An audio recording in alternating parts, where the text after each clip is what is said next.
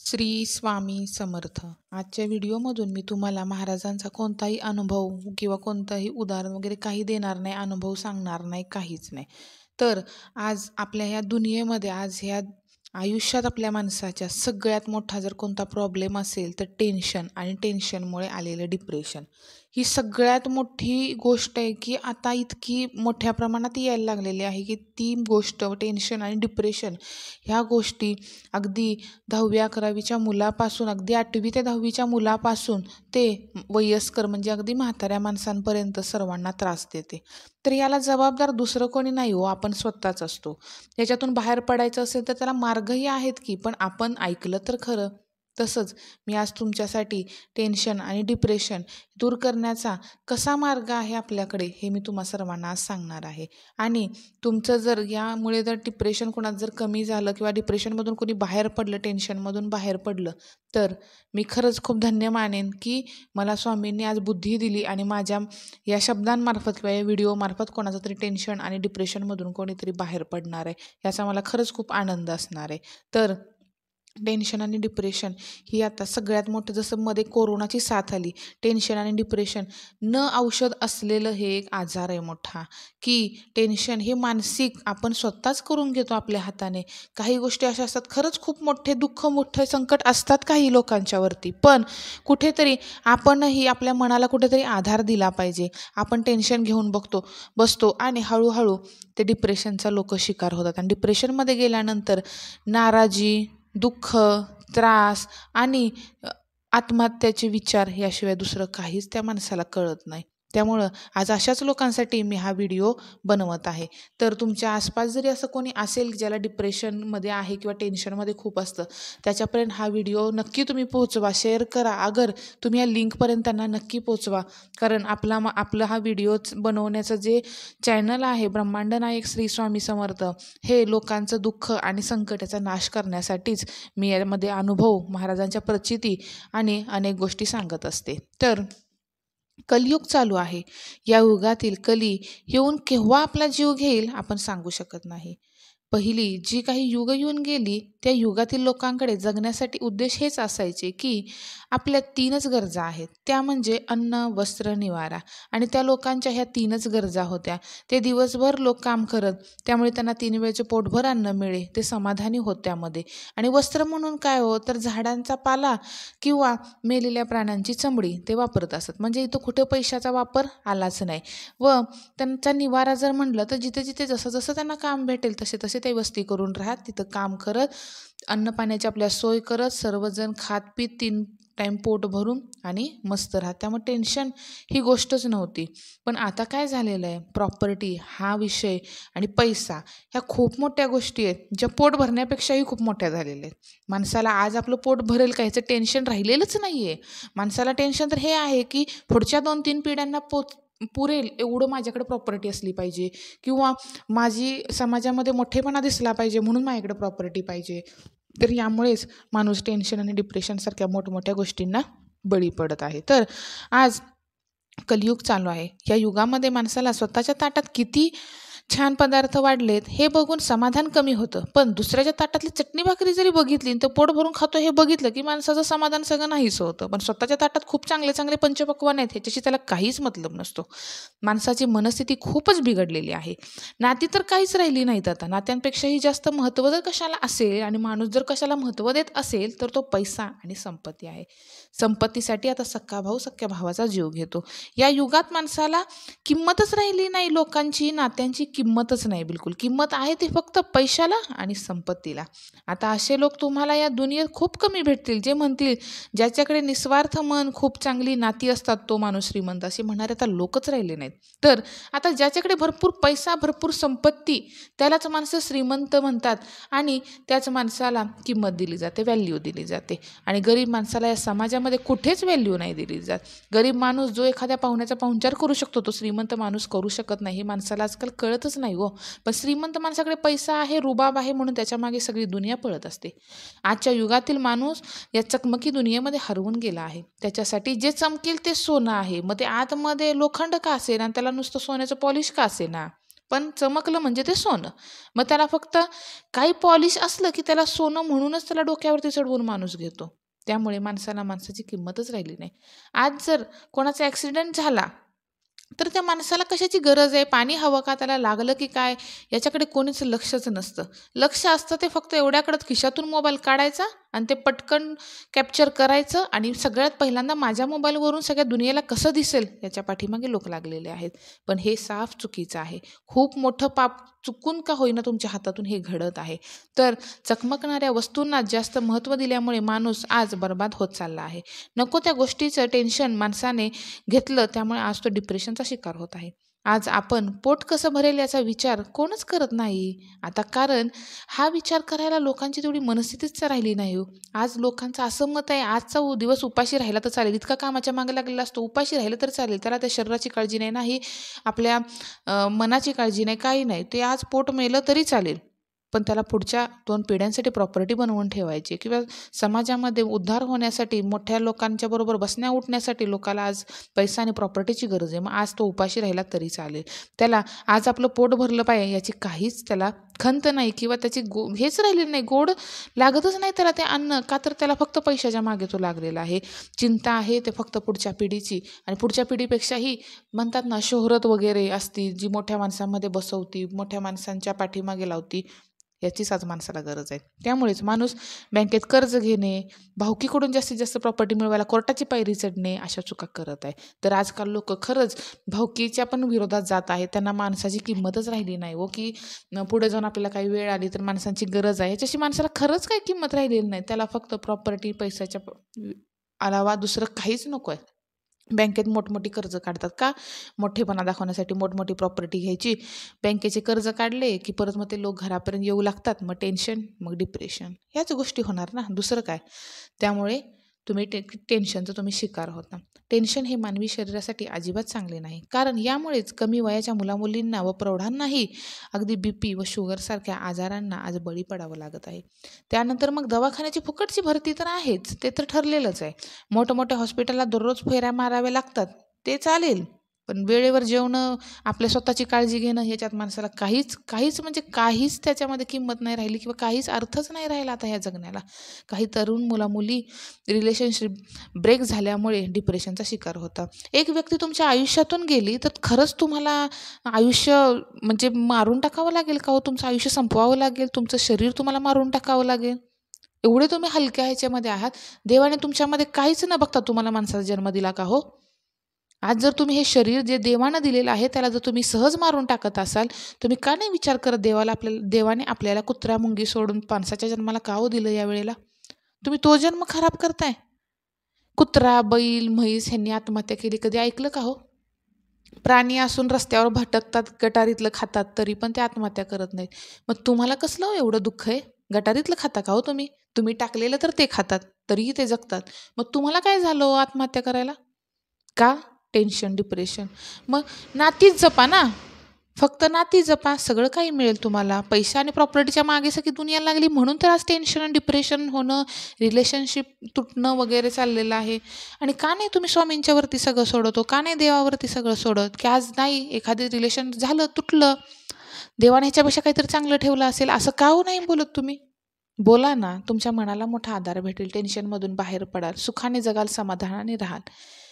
आणि अनेक लोक करोडोने पैसे कमवणारे आहेत. बॉलिवूडमधील हिरो हिरोईन सुद्धा आहेत अपवाद ह्या गोष्टीला, की खूप पैसा आहे खिशामध्ये, बँका भरलेल्या आहेत, घरं भरलेली आहेत पैशाने, प्रॉपर्टीनं, पण त्यांना समाधान नाही, ते डिप्रेशनचा शिकार होतात. कशासाठी? तर एक व्यक्ती आयुष्यातून गेली म्हणून. का हो एवढी कमी किंमत का हो तुमची? तर त्यामुळे त्या लोकांच्या म्हणजे बॉलिवूडमधील लोकांच्या सुद्धा पैसा आणि संपत्तीला काही व्हॅल्यू नाही हो राहिली. ज्यांच्याकडे खूप जास्त पैसा आहे तोही टेन्शनमध्ये आहे आणि त्यालाही पैशावर रेड पडू नये यासाठी त्याला टेन्शन घेऊन तो मरत असतो. आणि ज्याच्याकडे पैसा नाही तो कसं जगायचं आणि कसा मिळवायचा याच्या पाठीमागे टेन्शन घेत. म्हणजे एकूण माणसाला टेन्शन हे आहेच, पैसा असो अगर नसो, असला तरी टेन्शन. तो काय करावं लागेल त्याच्यावर रेड पडू नये, तो योग्य मार्गाने, कुठेही अयोग्य अगर योग्य कुठल्याही मार्गाने गुंतवणूक करावी लागते, तो करतो. तर कमी पैसा असेल तरीही तो माणूस त्या पैशाच्या पाठीमागे पडलेला असतो. तर आता मानवी जन्मच यामुळे व्यर्थ गेलेला आहे, या व्यर्थ झालेलाच आहे, काहीच उपयोग नाही राहिला.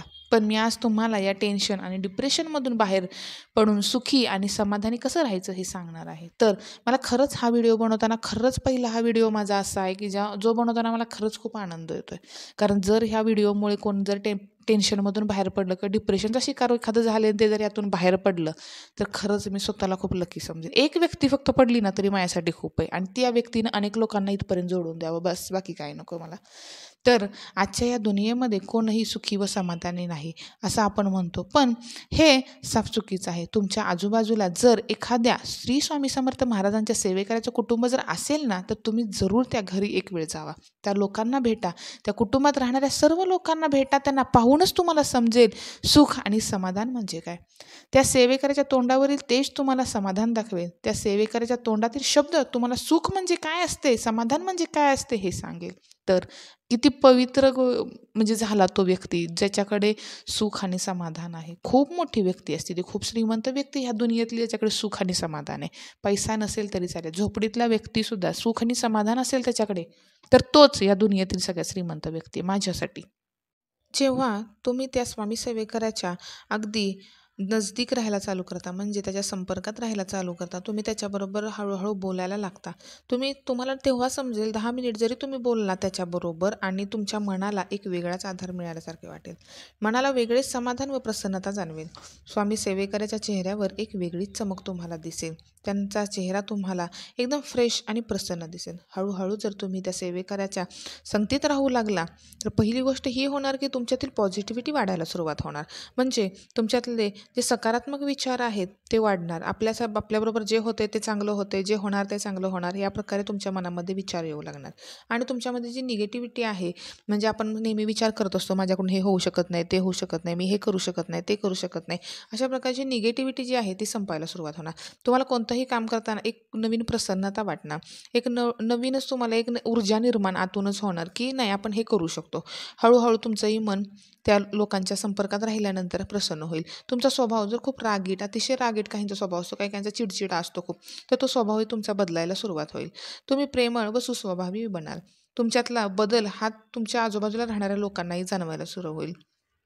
तुमच्यातील दुःख व संकटांना फेस करण्याची शक्ती वाढेल आणि तुम्हाला ते ताकद देतील दुःखाला आणि संकटाला फेस करण्याची.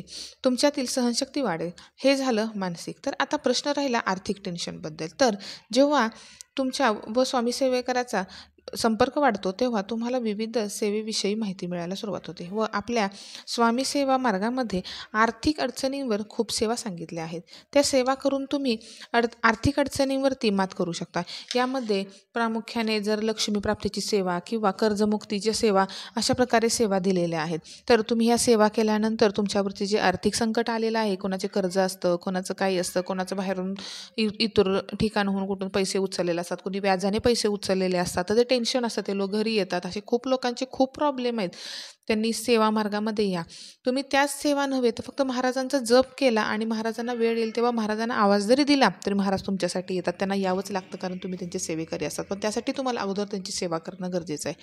आणि ज्या सेवेकरांना शारीरिक समस्या असतात, आता शारीरिक समस्या म्हणजे तुम्हाला तर माहीतच आहे, कारण आता अचानक म्हणण्यापेक्षा आता अलीकडच्या युगामध्ये कशा प्रकारचं अन्नधान्य पिकवलं जातं, सर्व रासायनिक खतावर जातं, शेणखतावरती काहीच नाही राहिलेलं. त्यामुळे काय होतं तर आपले शरीर हे कमकुवत होत गेलेली आहेत. सर्वांचीच, अगदी प्रौढांची पण अगदी लहानांची पण. जे पहिले लोक होते ते अगदी कणखर होते, पण आत्ताचे नाही. आपल्याला थोडं जरी थंडी लागली तर आपल्याला लगेच ताप येतो वगैरे वगैरे आणि काय होतं. कॅन्सरसारख्या आजारांचा तर खूपच मोठं प्रमाण झालेलं आहे. का तर रासायनिक खतावर आपण जे पिकवलं जातं ते आपण खात असतो. त्यामुळे अशा सेवा आहेत आपल्या सेवा मार्गामध्ये की शारीरिक समस्याही दूर करतात. काही सेवा करून त्याचं तुम्ही जर तीर्थ बनवलं, अगर तुम्ही त्या सेवेची विभूती जरी वापरली तर कॅन्सरसारख्या रोगावरतीही तुम्हाला मात करता येते. अनेक असे मोठमोठे आजार आहेत किंवा काहींचे ॲक्सिडेंट होतात, काहींना अगदी काही होऊ शकतं, अगदी शरीराला काहीही इजा होऊ शकते. तर तुम्हाला सेवा मार्गातून तुम्ही त्यातून बाहेर पडू शकता. आणि सेवा मार्गात त्याच गोष्टीवरती सेवा करण्याऐवजी तुम्ही एनी टाईम जर महाराजांची सेवा करत राहिलात तर फक्त अडचणीच्या वेळी तुम्ही महाराजांना हाक दिली तरी महाराज तुमच्यासाठी येतात. ते तुम्हाला कोणताही त्रास होऊन देत नाहीत. अलगद कोणत्याही संकटातून तुम्हाला बाहेर काढतात. अगदी महाराज तुम्ही जर खरे चांगले चांगले मनापासून महाराजांना मानत असाल, त्यांच्यावर विश्वास ठेवत असाल, तर महाराज जर तुमच्यावरती अशी खूप वाईट वेळ आली, अगदी तुमचा जिथं जीव धोक्यात आहे, तर त्यावेळेला मृत्यूच्या दाढेतूनही महाराज तुम्हाला वाचवतात. तर असे खूप सेवेकऱ्यांचे अनुभव अगदी सत्य अनुभव आहेत. तुम्ही कोणालाही विचारू शकता, कोणीही तुम्हाला सांगेल महाराजांच्या सेवेकऱ्याचे अनुभव कसे आहेत. कोणतंही दुःख संकट आले तर आपल्याकडे सर्वात प्रथम एकच गोष्ट जवळ येते, ते म्हणजे टेन्शन. पण याला साईडला करून तुम्ही स्वामी सेवा मार्गाचा हात पकडून तुमच्या सर्व दुःख संकट व अडचणीवर मात करू शकता. पण तुम्ही विचार केला पाहिजे. जर तुम्ही दुःख आणि संकट एखादं आलं तर तुम्ही फक्त टेन्शन टेन्शन टेन्शन म्हणता, तर तेच वाढत जाणार आहे. टेन्शन हे पाहुणं आहे हो. तुम्ही जर त्याला चांगलं त्याची जोपासना केली तर रडत बसला तर ते तुमच्याकडून कधीच जाणार नाही. तुम्ही त्याचा तिरस्कार करून तुम्ही हसत खेळत राहिला तर त्यालाही वाटेल, बाबा आपण इथं का राहतो, टेन्शन बनून आलो आपण ना. मग मग त्याला जावंच लागेल ना, जर तुम्ही हसत असाल टेन्शनमध्ये तर. म्हणून टेन्शनचे प्रमाण जर अति वाढले तर त्या माणूस तो डिप्रेशनचा शिकार होतो. हे तर तुम्हा सर्वांना तर माहीत आहे. आणि डिप्रेशनमधून बाहेर पडणे म्हणजे खूपच कठीण काम आहे. आयुष्यात संकटाला व दुःखाला कंटाळलेला व्यक्ती हार मानून डिप्रेशनचा शिकार होतो. पण तुम्ही निश्चय करा आणि डिप्रेशन या शब्दालाच तुमच्या आयुष्यातून डिलीट करा. म्हणजेच डिप्रेशनमध्ये गेलेल्या माणसाच्या मनामध्ये खूप निगेटिव्हिटी असते. आयुष्याला जगण्याची एक उमेद जी असते ती संपलेली असते. त्याला कोणत्याही कामामध्ये यश येणारच नाही अशा प्रकारचे त्याला म्हणजे मनामध्येच त्यानं ठरवलेलं असतं की कोणतंही काम करायला गेलं की नाही हे होणारच नाही, किंवा आत्महत्या वगैरे करणे असे विचार त्याच्या मनामध्ये, म्हणजे खूपच मोठ्या प्रमाणात निगेटिव्हिटी असते. त्यामुळे तो माणूस डिप्रेशनमध्ये असतो. आणि तुम्हाला जर डिप्रेशनला डिलीट करायचं असेल तर टेन्शन ह्याला पहिल्यांदा तुम्हाला डिलीट करावं लागेल. टेन्शन जर नाही घेतलं तर डिप्रेशनचा शिकार तुम्ही कधीच होऊ शकत नाही. तर सर्वात उत्तम या सगळ्यावरती औषध असेल तर श्री स्वामी समर्थ सेवा मार्ग.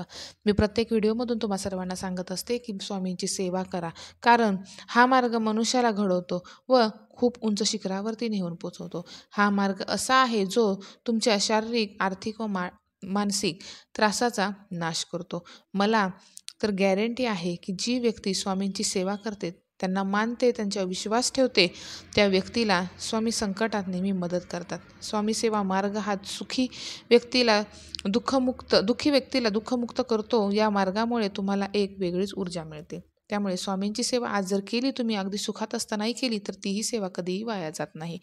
आता या जगात सगळ्यात मोठं दुःखाचं कारण जर कोणतं असेल ते म्हणजे माणसाच्या वाढलेल्या अपेक्षा. या वाढलेल्या अपेक्षाच मानवी जीवनाचा ऱ्हास करतात, दुःखाचं मोठं कारण बनतात. जसं एक किडा जर एखाद्या लाकडाला लागला तर तो त्या लाकडाला पूर्णपणे पोखरून त्याची पावडर करतो आणि त्या लाकडाला संपुष्टात आणतो, म्हणजे संपवूनच टाकतो. या अशाच प्रकारच्या ह्या अपेक्षा माणसाच्या शरीराला व मनाला पोखरत असतात. त्यामुळे माणसाची झीज होते. जसे एक लाकूड पोकळ होत जातं तसंच माणसाचं मनही पोकळ होत जातं आणि पोखरत जातं. माणसाचं त्या अपेक्षा समाधान संपवतात. माणसालाही एक क्षण समाधाने जगू देत नाहीत. म्हणून तुम्ही तुमच्या अपेक्षांना कंट्रोलमध्ये ठेवा. या अपेक्षांनाही कंट्रोल हा सेवा मार्ग आपल्याला करू शकतो. स्वामी सेवा मार्गातील लोक म्हणजे स्वामींचे सेवेकरी हे खूप समाधानी असतात. हे समाधान त्यांना या सेवा मार्गाने दिलेले असते. स्वामींच्या भक्ताच्या अपेक्षा या मर्यादित असतात. जे आहे त्यात समाधानी असतात ते लोक. जे होईल त्याला आपल्या स्वामींची इच्छा म्हणून ते स्वीकारतात. तुम्हीही जर असं केलं की काही चांगलं हो अगर वाईट हो, एखादी गोष्ट मिळाली तर ते आपल्या चांगल्यासाठीच समजावं, एखादी गोष्ट नाही मिळाली तर त्याचं पुढे जाऊन आपल्यासाठी ते चांगले नाही असं समजावं. असं जेव्हा कराल आणि महाराजांच्यावरती तुमचा कार्यभार जेव्हा सोपवाल, तेव्हा तुम्ही आयुष्यात कधीच दुःखी आणि उदास नाही होऊ शकत. मग ते चांगलं असो की वाईट असो. वाईट जरी काही घडलं तरी हेही स्वामींची इच्छा असं समजतो, कारण आजचा दिवस कसा आहे हे आपल्याला माहीत आहे, पण उद्याचा दिवस कसा आहे हे फक्त आणि फक्त आपल्या स्वामींना माहीत आहे. त्यामुळे आज जरी एखादी गोष्ट वाईट घडली तरी पुढे जाऊन त्याचे परिणाम हे आपल्या आयुष्यावर 100% चांगलेच घडतात. त्यामुळे तुम्ही सर्वांनी स्वामींची सेवा करा व तुमच्या इथून पुढचं सर्व आयुष्य स्वामींच्या चरणावर ठेवा. त्यांच्या 100% त्यांच्यावरती विश्वास ठेवा. त्या व्यक्तीचा, ज्याचा महाराजांच्यावरती खूप विश्वास असतो, त्या व्यक्तीचा सर्व कार्यभार स्वतः स्वामी महाराज चालवतात.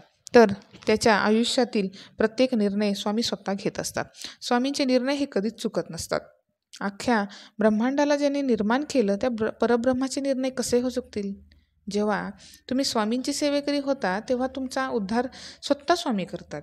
तर मी तुम्हाला नेहमी विनंती करते की तुम्ही स्वामींची सेवा करा व तुमचे सर्व कार्यकाल महाराजांच्या चरणामध्ये ठेवा. ब्रह्मांडाच्या मालकाच्या हातामध्ये द्या. त्याचे निर्णय कधीच चुकत नाहीत. जर त्याने तुम्हाला काही दिले तर जेवढे खुश होता तेवढेच खुश तुम्ही तेव्हाही व्हा जेव्हा तुमच्याकडून काहीतरी ते काढून घेतो. कारण काढून घेणे हे तुम्हाला दुःख देण्यासाठी नव्हे तर पुढे जाऊन येणाऱ्या दुःखाला थांबवण्यासाठी असतं. मी तर म्हणेन तुम्ही जेवढे खुश स्वामींनी तुम्हाला काहीतरी दिल्यावर होता ना त्यापेक्षाही जास्त खुश तेव्हा व्हा जेव्हा स्वामी तुमच्याकडून काहीतरी काढून घेतात. कारण जेव्हा स्वामी काहीतरी देतात ते 1 पटीने देतात, पण जेव्हा काहीतरी काढून घेतात तेव्हा त्याच्या 100 पटीने जास्त देतात. त्यामुळे निशंक व्हा आणि आपल्या सर्व कार्यभार स्वामी माऊलींच्यावर सोडवा. स्वामी माऊलीवरती विश्वास ठेवा. ती आपली आई आहे. एक आई जशी आपल्या मुलाचं संरक्षण करते व दुःखातून बाहेर काढायला आपल्या मुलाबरोबर उभी राहते, ती सगळ्या दुनियेच्या विरोधात जाऊ शकते. तसंच आपली स्वामी आई आपल्या भक्ताचं संरक्षण करते. प्रत्येक संकटातून आपल्या भक्ताला वाचवते. भक्ताच्या विरोधकांना शिक्षा देऊन आपल्या भक्ताचा ठामपणे पाठीशी उभा राहते. म्हणून मी तुम्हा सर्वांना नेहमी सांगत असते की आपल्या स्वामी महाराजांचं तुम्ही सेवा करा, त्यांच्या मार्गाचा तुम्ही उद्धार करा, तेही तुमचा उद्धार करतील. तुम्ही कुठेही कोणत्याही संकटात कुठल्याही जागी कुठल्याही ठिकाणी असाल तर महाराजांना तिथं तुमच्यासाठी यावं लागतं. अगदी तुम्ही जंगलात जरी गेला तुम्हाला वाटत असेल इकडं कोणीच नाही आपली मदत करणारे, तिथं बसून जरी तुम्ही महाराजांना हाक दिली तर महाराजांना तिथेही तुमच्यासाठी यावं लागतं. कारण तुम्ही त्यांची सेवा ऑलरेडी करून ठेवलेली असते किंवा तुम्ही त्यांची एक सेवेकरी असता. तुम्ही महाराजांची खूप जरी सेवा नाही तुम्हाला जमली, ग्रंथ वाचन पठण खूप मोठ्या मोठ्या सेवा नाही जरी जमल्या तरी चालेल, पण तुम्ही कमीत कमी महाराजांचं नामस्मरण करू शकता. त्यांच्यावरती निशंकपणे विश्वास ठेवू शकता. त्यांच्या आधारावरती तुम्ही जगू शकता, राहू शकता. त्यांच्यावरती पूर्णपणे विश्वास ठेवून तुमचा सर्व आयुष्याचा कार्यभार त्यांच्या हातामध्ये तुम्ही देऊ शकता. एवढं तरी तुम्ही नक्कीच करू शकता. आर्थिक मानसिक आणि शारीरिक अडचणी ह्या सर्वांनाच आहे तो, पण ह्याच्यावरती निरसन हे झालं पाहिजे. याच्यामुळे माणूस टेन्शन आणि डिप्रेशन याचा शिकार होत आहे. टेन्शन आणि डिप्रेशन कोणालाही घ्यायची गरज नाही. आजच्या युगामध्ये माणसाचे शरीर अगोदरच कमजोर होत चालले आहे आणि त्यात जर तुम्ही टेन्शन आणि डिप्रेशनसारख्या रोगांना जर बळी पडत असाल तर फार वाईट आहे. शरीरावरती याचे फार खराब आणि वाईट इफेक्ट जाणवतात आणि होतातही. यामुळे ही खूप लोक अगदी मानसतज्ञांच्याकडे जातात. पण का म्हणून पैसे घालवायचे? कमाईचं आपण कशासाठी कमाई करतो? फक्त दवाखान्याची भरती करण्यासाठी का? तर नाही. त्यामुळे तुम्ही दवाखाना वगैरे हे सगळं बंद करून तुम्ही एखाद्या स्वामी मार्गात का नाही जात मग? ते तर चांगलं आहे ना. इथं तर पैसाही खर्च करावा लागत नाही. लागला तर काही वेळच लागेल. मग तुम्ही दवाखाना हे ते इकडं तिकडं वेळ खर्च करता. त्यापेक्षा तुम्ही स्वामी मार्गामध्ये या. तिथले सेवा करा. ते मार्ग जाणून घ्या. मार्गदर्शन तुम्ही ऐका. अनेक स्वामी सेवेकऱ्यांना भेटा. तुमच्यामध्ये आपोआप ऊर्जा निर्माण व्हायला सुरुवात होईल. तुमच्यामध्ये ताकद निर्माण होईल. कितीही मोठं संकट असेल तर त्याच्यावरती मात करण्याची शक्ती महाराज तुम्हाला देतील आणि तुम्ही निशंक राहा. कारण महाराज जिथं आहेत, ज्याच्या पाठीशी महाराज आहेत त्याला ह्या दुनियेत कुठलीही ताकद हरवू शकत नाही. आपण म्हणतो की आपण महाराजांचा हात पकडावा. मी तर तुम्हाला सांगेन तुम्ही महाराजांचा हात पकडू नका. तुम्ही महाराजांना सांगा की तुम्ही माझा हात पकडा म्हणून. कारण हे तेव्हाच शक्य आहे जेव्हा तुम्ही महाराजांची सेवा करता. कारण माणूस हा माणूसच आहे शेवट, देव नाही बनू शकत. आपण धरलेला हात आपण सोडू शकतो, पण स्वामी माऊलीने धरलेला हात स्वामी माऊली कधीच सोडत नाही. म्हणून मी तुम्हाला सांगते महाराजांची सेवा करा आणि त्यांना विनंती करा की महाराज तुम्ही माझा आता आजपासून हात पकडा. कारण महाराजांनी पकडलेला हात महाराज कधीही सोडत नाही. तुम्ही दुःखात आणि अडचणीत गेल्यानंतर आपली रक्ताची नाती तुमच्यावरती पलटतील, बदलतील, पण स्वामी माऊली आपली कधीच नाही बदलत. आपली रक्ताची माणसं आपली साथ सोडतात. तुझं तू बघ म्हणून बिंदास सोडून देतात. काही ते विचार करत नाही ह्याचा परिणाम पुढं काय होतील किंवा पुढच्याला किती टेन्शन येईल वगैरे. पण आपली माऊली आपल्याला कधीच एकटं सोडत नाही. एक माऊलीचा एक शब्द आहे किंवा एक वाक्य नेहमी माऊली म्हणत असते की भिवू नकोस, मी तुझ्या पाठीशी आहे.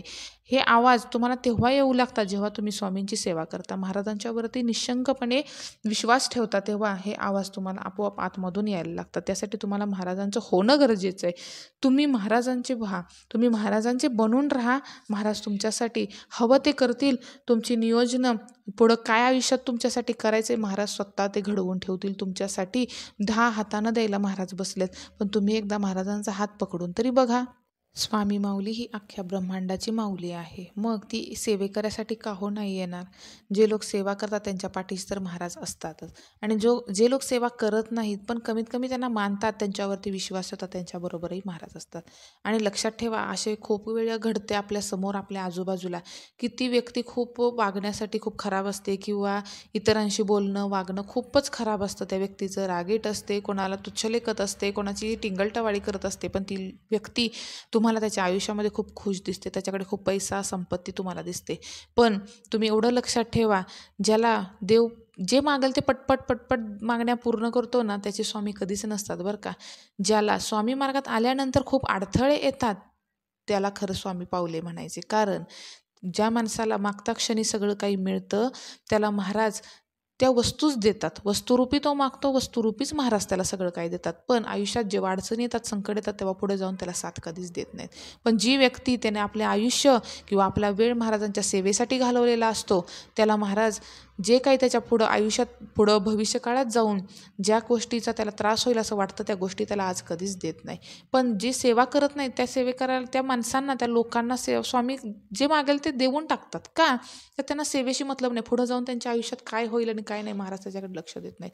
त्यामुळे तुम्ही महाराजांची सेवा करा. पुढे जाऊन तुमच्यासाठी जे काही वाईट आहे ते महाराज तुमच्या आयुष्यातून आजच काढून घेणार आहेत. महाराजांची सेवा केल्यानंतर जे जे गमवाल त्याचं दुःख कधीच मानू नका. कारण महाराज हे आपल्या चांगल्यासाठी जे करायचं ते करतात. त्यामुळे महाराज आपली साथ कधीच सोडत नाहीत. पुढे आज जरी आपल्या डोळ्यातून पाणी आलं, एक जरी थेंब तुमच्या डोळ्यातून पडला, तर उद्या तुमच्यासाठी एक उमललेलं फूल महाराजांनी ठेवलेलं आहे. पुढे जाऊन तुम्ही आज एखादी गोष्ट महाराजांनी काढून घेतली म्हणून तुम्ही दुःखी होत असाल, तुम्हाला त्रास होत असेल, तुम्हाला मानसिक त्रास होत असेल, टेन्शनमध्ये असाल, तर घाबरू नका. आज एवढंच लक्षात ठेवा याचं. आणि पुढे जाऊन तुम्ही स्वतः एक दिवस असं बोलाल की महाराजांनी तेव्हा ते माझ्याकडून काढून घेतलं म्हणून बरं झालं.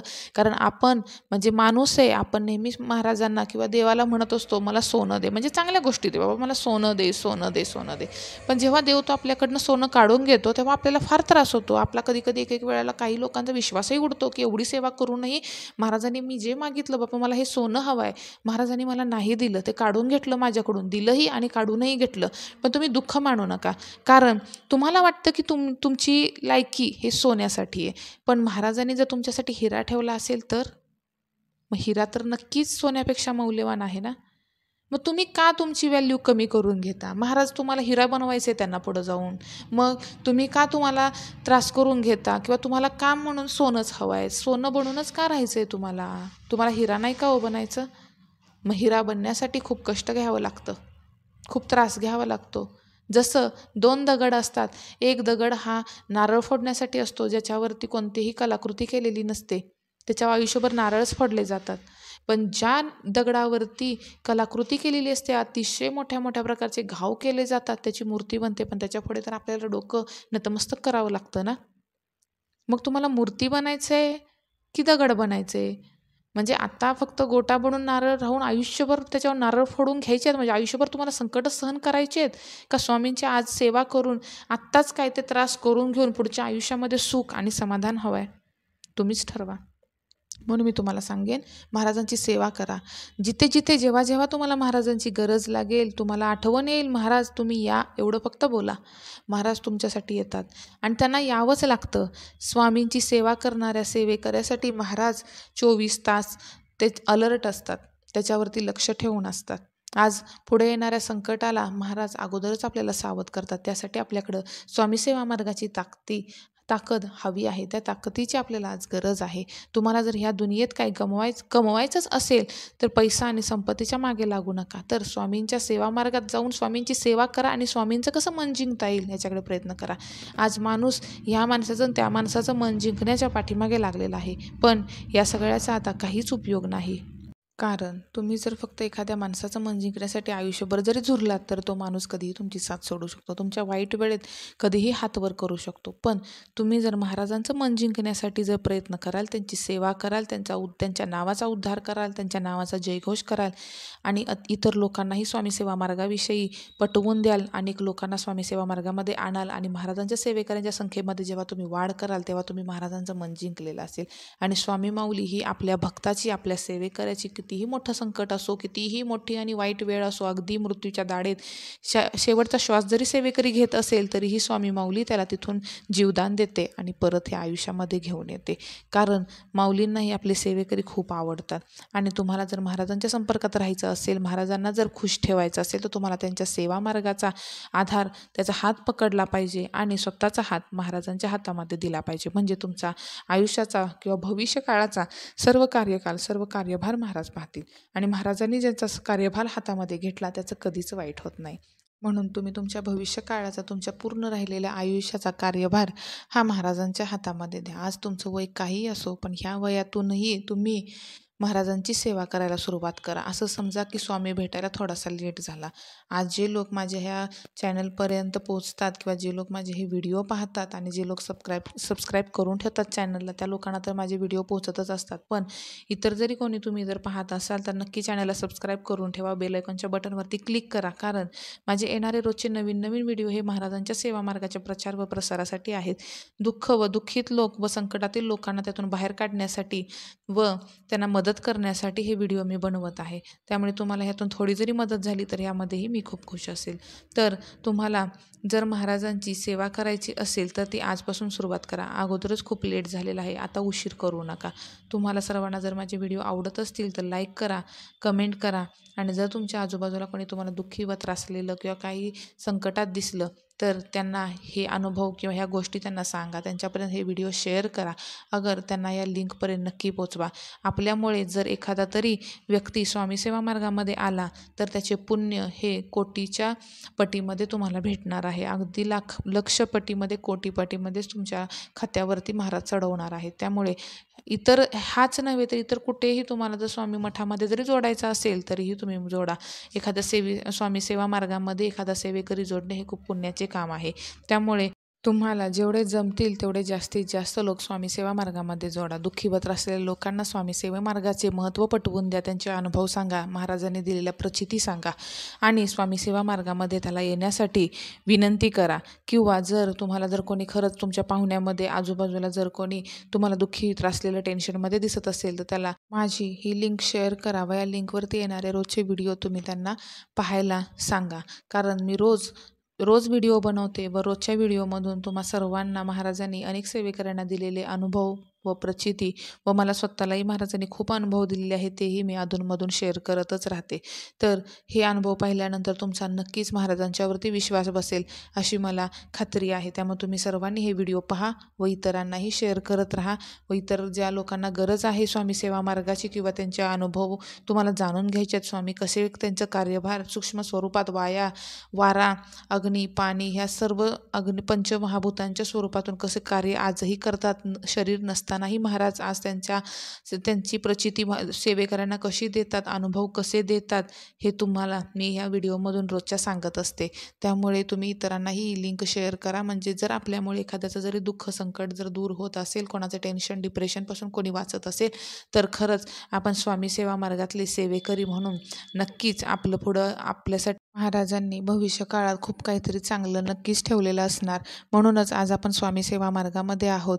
त्यामुळे स्वतःला खूप धन्यवान व पुण्यवान समजा की आपण स्वामी सेवा मार्गामध्ये आहे, स्वामींची सेवा करतो, त्यांना मानतो, त्यांच्यावरती विश्वास ठेवतो. स्वामी मिळणं म्हणजे एक छोटं मोठं काम नाही, तर खूप पुण्याचं खूप मोठं काम आहे. गेल्या जन्मी आपण काहीतरी मोठं पुण्य करून ठेवले, त्यामुळे आपल्याला या जन्मी स्वामी सेवा मार्ग भेटला, आपल्याला स्वामी भेटले.